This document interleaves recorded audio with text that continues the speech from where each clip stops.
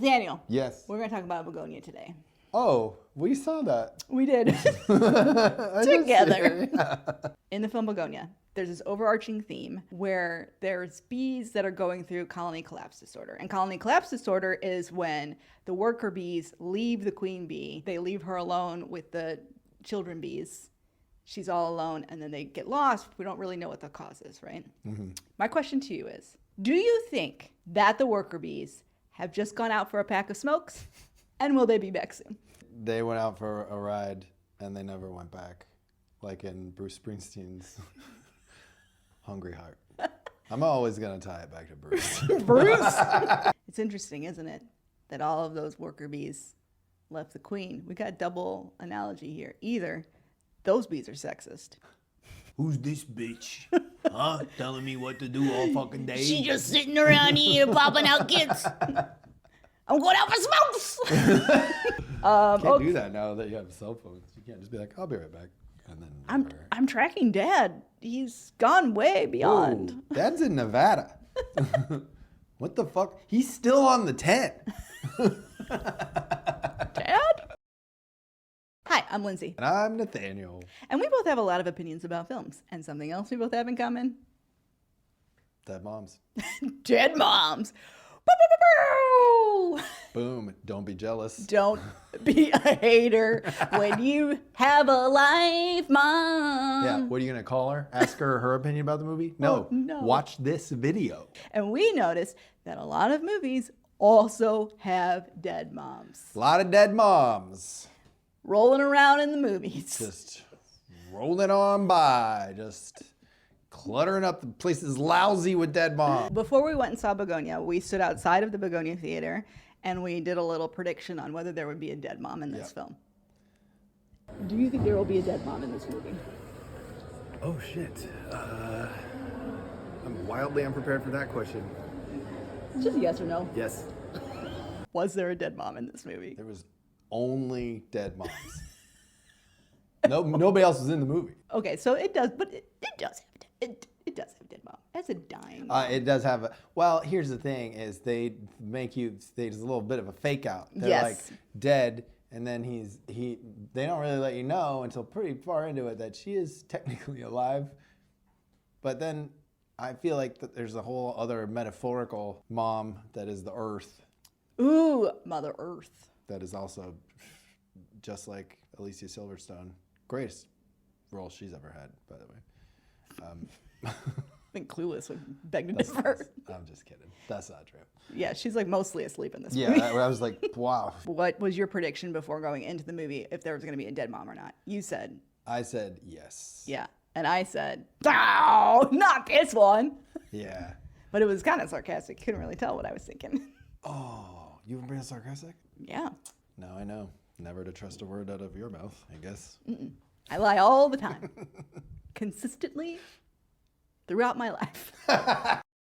Bugonia, logline, is two conspiracy-obsessed young men kidnap the high-powered CEO of a major company, convinced she's an alien intent on destroying planet Earth.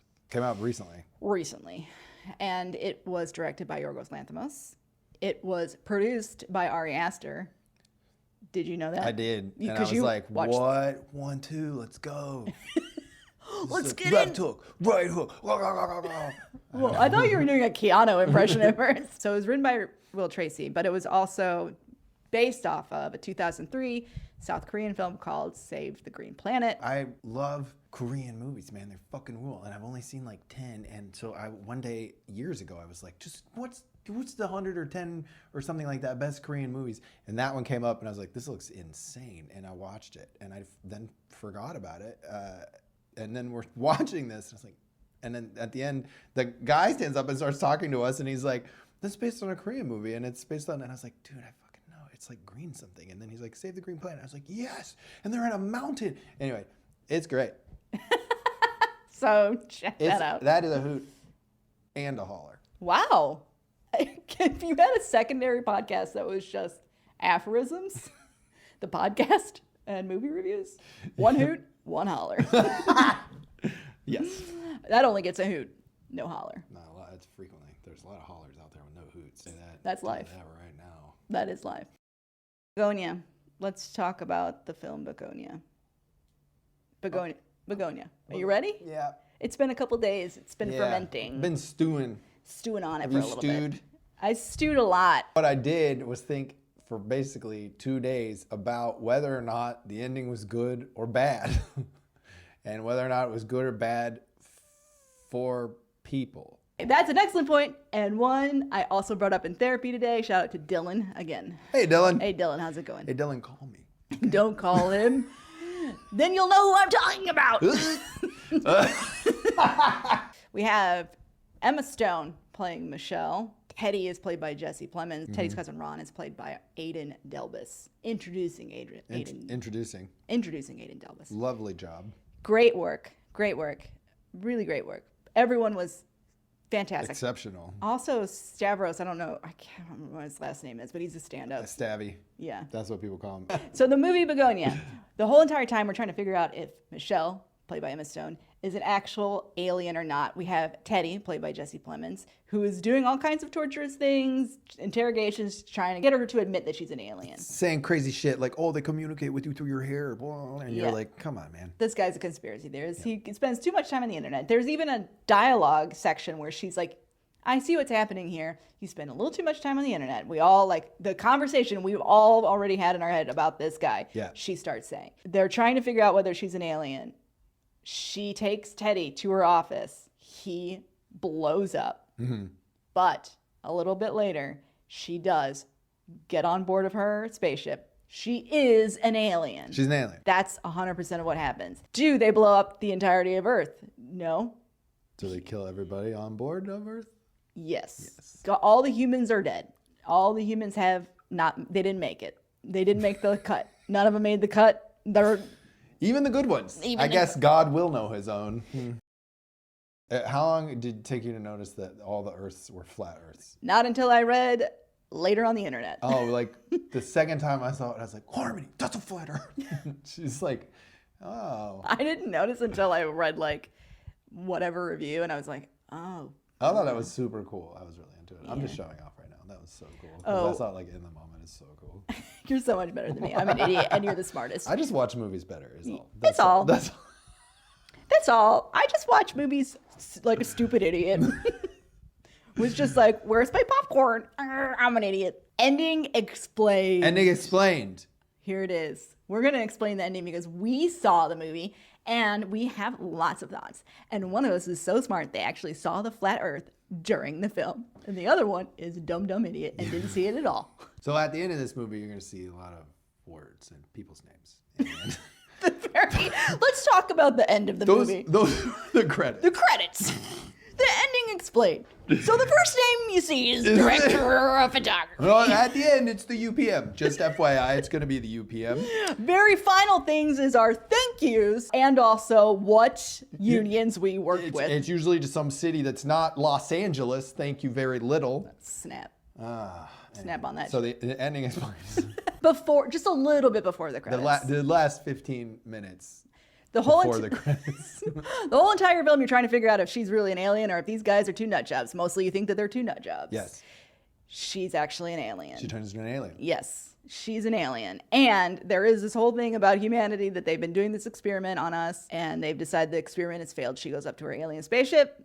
They turn off the experiment. Humanity dies. We then see shot after shot of humans in different dead poses, how they died. As a person who's worked on set, there were a lot of scenes of people, various people. I mean, like, they spent a lot of time and money doing that. Yeah. It was impressive. I was like really fucking into it. I thought it was super cool. I think it was and beautiful. Probably the best part of the movie. It was very impactful. Better than whatever you think. Oh, you mean smarter? It's definitely smarter than what I think, for sure. See how I didn't know what she was talking about? We got one better on me, and I gotta just figure out how I can kick you at some point, get you back on my level, bring it down to my smarts. That's how I feel. Are you my dad? Yeah. How did you feel about it when you saw it? In the moment when you saw it? Okay. In the moment when I saw it. Or if you have something prepared, please go for it. Let me bring out my speech. I don't know how I feel about this movie still in this moment. Especially the ending, because I go back and forth on whether the alien stuff was cheesy and ridiculous, or I wanted it to happen so bad. You wanted the aliens I wanted to it to be. I wanted the aliens to be real, because so often in films that they're not. It's just like, oh, this isn't real. This is obviously this person's crazy. Da da da. This is like the hidden thing we found out. So, and I kind of felt like we were leading to that the whole time. We're leading to them being aliens, that her being an alien. And there was a moment when I was watching the film that I was like, she's an alien. Just freaking move past. Let's go. Let's do something else. So I knew it, and I just wanted it to. You knew that she was? And I wanted it to start. Oh, okay. Yeah. I never did until his head exploded. So you got one on me. We're even. Nathaniel won, Lindsey won. Now we'll see who wins. Who wins movie? First of all, I think this movie rips, and I love it. If for no other reason than the fact I can't figure out if I love it, and I do. I think I do love it. The ending bums me out in so many ways, because to me, when I saw it happen, I was like, "Whoa, that's so cool! What a fun thing to do!" And the outfits are so fun, and they're doing so. This is so fun, and like it's a flat Earth, and she popped in, now I'll die, and then they're so beautiful, dead. Everything's so beautiful. And then 2 minutes after we left the theater, I was like, that sucks, man. Like what you've told me now is that it's not up to us to be good. We can't. And then it's not our choice whether or not we end it. You do. So nothing is in our control. And I spent a big part of this movie with this guy being so fucking close to getting why are the bees leaving? For me, that's a metaphor for the end of capitalism. That's a metaphor for the end. This system does not fucking work, and I'm going to go do something else. And he's right there. And so many of the things that he says are fucking spot on, like the privilege laundry machine of institutions and things like that. I mean, this guy he's not stupid. It felt like it didn't, like, well, okay, well then what chance do we have? For real, what chance do we have? And it made me feel very hopeless. And saying it out loud, I've not said any of this out loud. I've only been staring at walls, just being like, are we doomed? I don't know what he's saying, but to me, what it feels like is like, well, there's no real hope, man. There's a lot of like different takes that people have on this film, whether it's a positive or a negative ending. And yeah, humanity is out, right? And that's sad. But there's also, I don't know, this part of existence and our existence and how we're so destructive to all of life on Earth. Mm-hmm. And wiping us out also does not affect the rest of the animals, the rest of the creatures on Earth, and the rest of the plants in a negative way. They get to continue on. And that to me, I think was, I thought it was a little bit hopeful in a way. When we see all of the dead bodies, we see humanity in everything that it does and everything it kind of represents. It's built, and like there's people who are having sex, there's people who are on a cruise, there's like all kinds of different people, and just seeing all the different levels of what being a human being is, which I think is why that's really beautiful, right? It's beautiful to see all of that, to see us all kind of go together. To me, it's kind of nice. I don't know. Maybe that's super depressing. It'd be like, hey, no one's going alone. No FOMO. Everybody's going at the same time. Man, I don't want to sound like that guy, Eli, whatever. Who's that guy that was talking to Ta-Nehisi Coates, and he's like, there's a Buddhist prayer. Like, fuck that guy. But what I'm saying is, there is a line of thinking in Buddhism is that if you want to end suffering, don't have kids. So I'm on board with the animals having the earth back. Yes, that is hopeful. That is beautiful. And I think that would be everyone escaping samsara at the same time would be great. But when you have this alien who it's just not our choice. And that's, I can't get around that. I can't, like, it just keeps, like, this is it? We're just destined to just fucking smash each other to bits until the end of time, and then... No, I don't take that. I get exactly what you're saying. But from what I took from it, it was, we can see that is not a good way to live. And so we can change the way that we are. That's the small amount of, like, optimism I got from it. How do you get that from the movie, though? Because no one does that. No one in the movie does. Yeah. We outside of the movie see it. Oh. Yeah. That's the optimism that I think. It's like, see, this is what would happen if we all didn't try. Just try a little bit. That's kind of the small amount of optimism that I saw in it. I'm not trying to crush any of your optimisms. I'm very glad you got them. It just really made me. Did you spill wine? Hell yeah.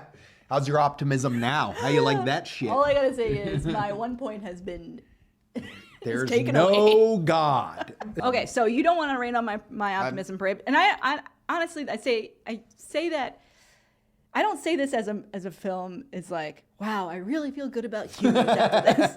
I say there's like a small bit of optimism to me of like we can see that this is a way that this can go, but seeing it means that we can try and change it. What I will say is that there, of course, are people in the movie also, like in the world that is the movie, who can see that, right? Like, there's people that got killed who were like, this is not a good way to live. Even Teddy was like, this is not a good way to live, and we should do better. We should take care of the planet better. And they still fucking were like, sorry, too bad.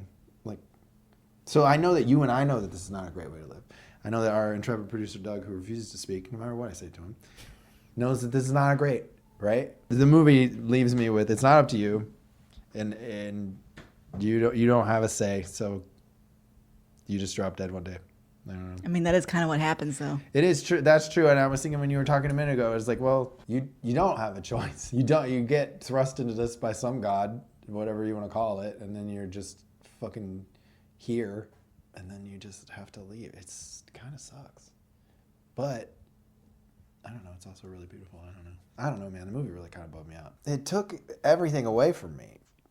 It takes everything away from you. You don't have any choice. You don't have no agency. There's no. Are we just ants running around this fucking thing, and then somebody's gonna shine a magnifying glass on us? Glaze. Fingers crossed, my friend. Fingers crossed. Hey, look, you and me both, sister. Put like a big warning sign on this of like suicidal discussion. You know what would be great for me is if somebody was like, hey, Saturday, it's just over. And I'd be like, great, I can just eat pizza till Saturday. Oh, man, that would be dope. Fucking right? Yeah. And just hang out, just love my wife, and just like spend as much time holding her hand as possible while eating pizza, pet the kitty. Pizza. Yeah, it would just be like we're a throuple at the end. It's just like the pizza and then Oh, the pizza. I was like, the cat? Like, what the fuck? me and you and the pizza. the wife and the pizza. Yeah, nice. Oh, I was going to tell her nice. to for sure listen to this episode, but now I don't know. I love this movie. Truly. We've only had one movie that you didn't really, really love. What was that? Pacific Rim. Wow. And you still really liked it. Man, that fucking movie, man. That movie's fucking so dumb. We need to watch a movie that we don't like. She's the CEO of a pharmaceutical company. I've seen a lot of articles saying she girl bossed her way all the way to whatever, which I'm sorry. Somebody really said that. So lots of people have said Just it, and fuck off. God damn. Don't say girl boss. She girl bossed all the way to the exec. Stop saying that. Part of it, of her character, is supposed to be representative of left-leaning but powerful people, right? And a lot of people have said like, oh well, we have the left and the right. Like he's kind of representative of the right in the like conspiracy theory stuff that happens more on the right now, and the left of like diversity, like we're saying things about diversity, but are we really doing things about diversity? We're also being racist while we're saying like, isn't diversity, you said the word diversity way too much. She like says to a guy who's not white. Amazing. Yeah.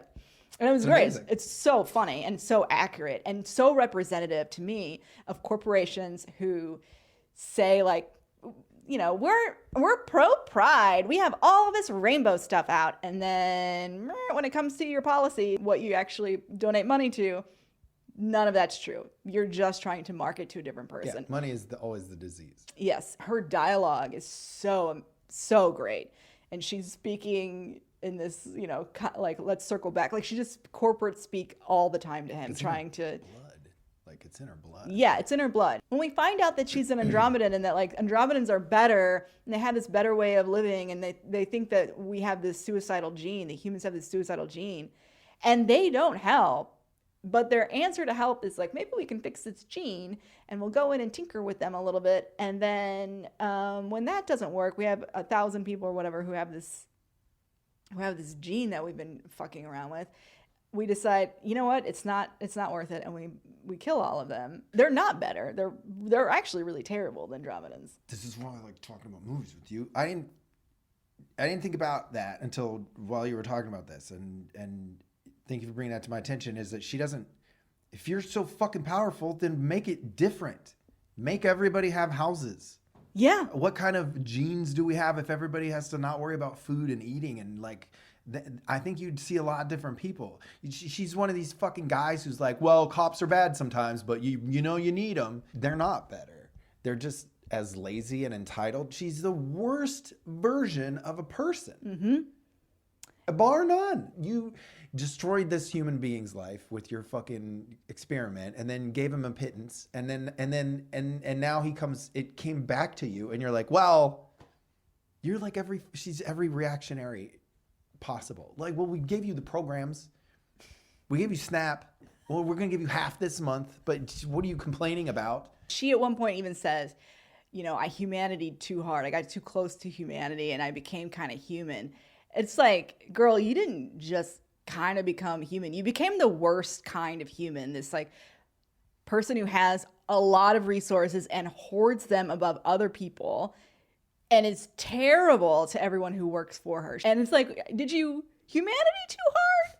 Or are Andromedans just kind of pieces of shit? You girl bossed your way into being a piece of shit. I have to apologize to my wife.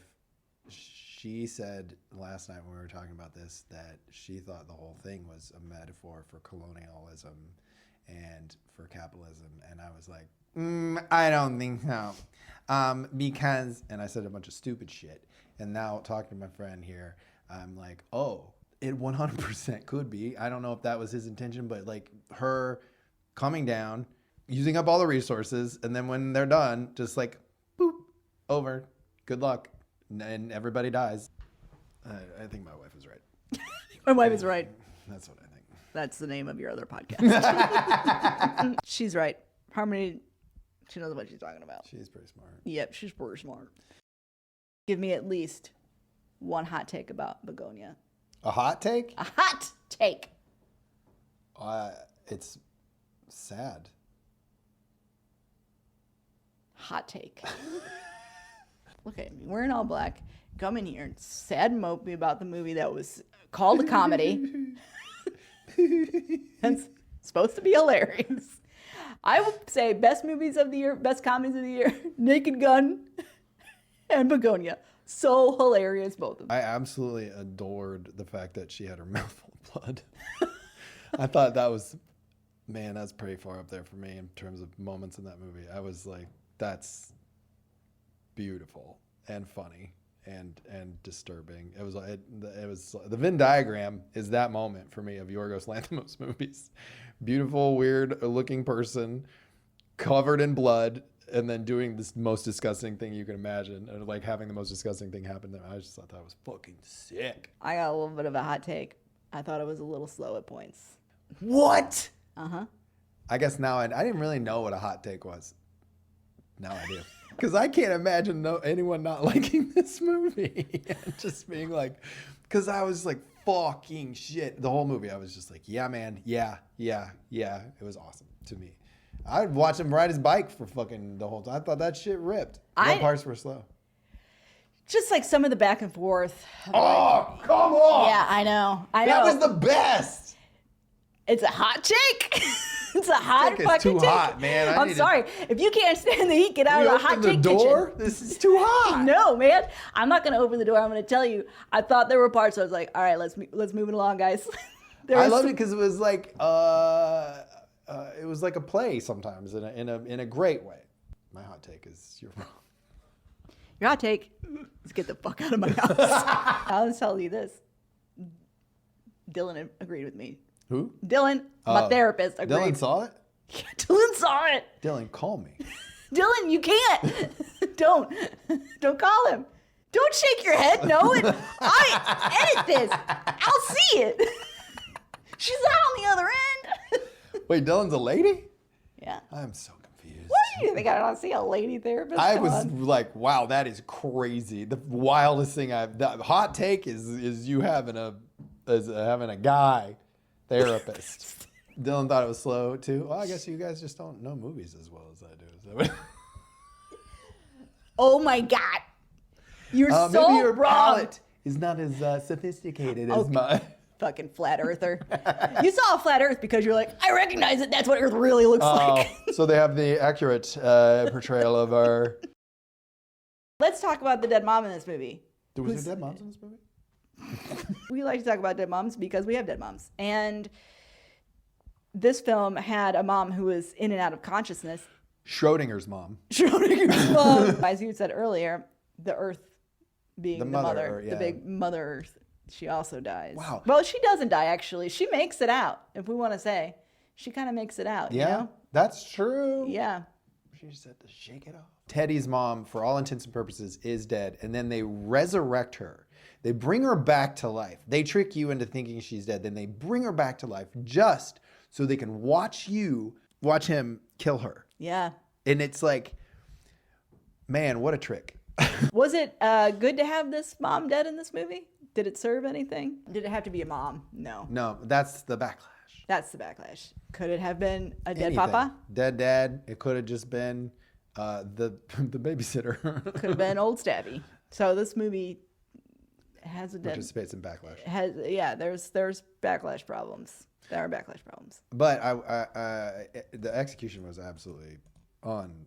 I can't tell you how fucking hardcore that is to be like, oh, this guy's poor guy, he lost his mom to opioids. And then you're like, wait, did he lose his mom? Holy shit, his mom's alive. Holy shit, he's killing his mom. Yeah. It's like... Yeah, like a real full circle dead mom situation. So she's dead. She is dead. She's now dead. Yeah. The way that incredible. they do it is like, well, your mom, when she was this, and then he says like, is, to imply... Which makes you think like, oh, poor guy. Yeah, he thinks his mom's still alive. Or he at least doesn't like refer to it. Like he's like, no, she is my mom. Even if she was or died, she is my mom. That's what I got from that. And I was just like, brother, you should talk to someone that's not on your Flat Earth chat. We talked about it for so long. Let's rate this movie. I could talk about it for another hour. This movie is incredible in that way. It's like it's like yeah. Have you ever looked at birds under that black light or whatever? There's so many more colors. You know what I mean? And you stand in a different place and you see a different thing, and you're just like, what the fuck? This is changing constantly. And that's how it felt to me, especially when they were talking during the long, slow parts, like at dinner and stuff like that. And Lindsey was like, I was like, geez, dude, we're gonna have to talk about this movie. Drool. It's and I don't. Have you ever read like Story by Robert McKee? Every single one of these podcasts, you ask me if I've read a book, and I seem like the most unread person on earth. It's a bad book. I read. I know you do. But don't read this book. But there's this. It's like, oh, here's how you tell a screenplay, and now here's how you do it. And he has this fucking mathematical formula where he's like, if this person says a positive thing, then this person has to say a negative thing, and then this person has to say a positive thing. And I've never seen that really done. Like I don't. This movie, the first time, I've just like, Jesus, they're like fencing. It's like ching ching, and it's great. It's conclusion. It's great. There are two ways that we rate films. Yep. One is out of missed birthdays. Our moms died, and they missed a lot of birthdays. But in a missed birthdays in the Dead Mom Movie Club world, it's positive. Yeah, that's a bring your mom back to life just to kill a moment right there. Right there. 5 missed birthdays is the best. We said No Country for Old Men is 5 missed birthdays. That's mine. Mine is A Shaun of the Dead, No Country for Old Men. What is yours? It's just a movie you wouldn't add anything to or take anything from. Cats. I gotta go. I'm sorry. I'll see you. Is that the kind of dancing you think is joyful? Tell me that those cats aren't. Oh my God. Woo, Hetty, if you need rescuing. How dare you call my cat by her first name? No Country for Old Men is a 5 missed birthdays. Is a perfect film. Perfect film. Okay, so we need to rate this movie. I know what I'm going to rate it, and I feel like I don't know what you're going to rate it. I'm really bummed here. Number one? I am taking Pacific Rim's rating is null and void. I'm annulling that. That is annulled. That That marriage doesn't. is over. That's its own thing, right? So when that doesn't count. No. Out of missed birthdays, what do you give Bugonia? Keep the stuff in about Pacific Rim, please. I will. Of course I will. I give Begonia 4.3. The ending was so disheartening to me, but every other aspect of that movie, I was like literally in love with. Like I'm for sure gonna see that movie 10 more times. Like I love it. I love it, and it's the only reason it's not perfect is because it just felt hopeless, and I needed a little hope. All right, I gotta rate this movie, and I'm gonna give it a 4.2. Yeah, Wait, what did I say? you said 4.3. That was a lie. It was a 4.2. Well, you said 4.3. I said 4.3, and I inflated it. I'm just saying, like, we're like the same. Yeah, we have.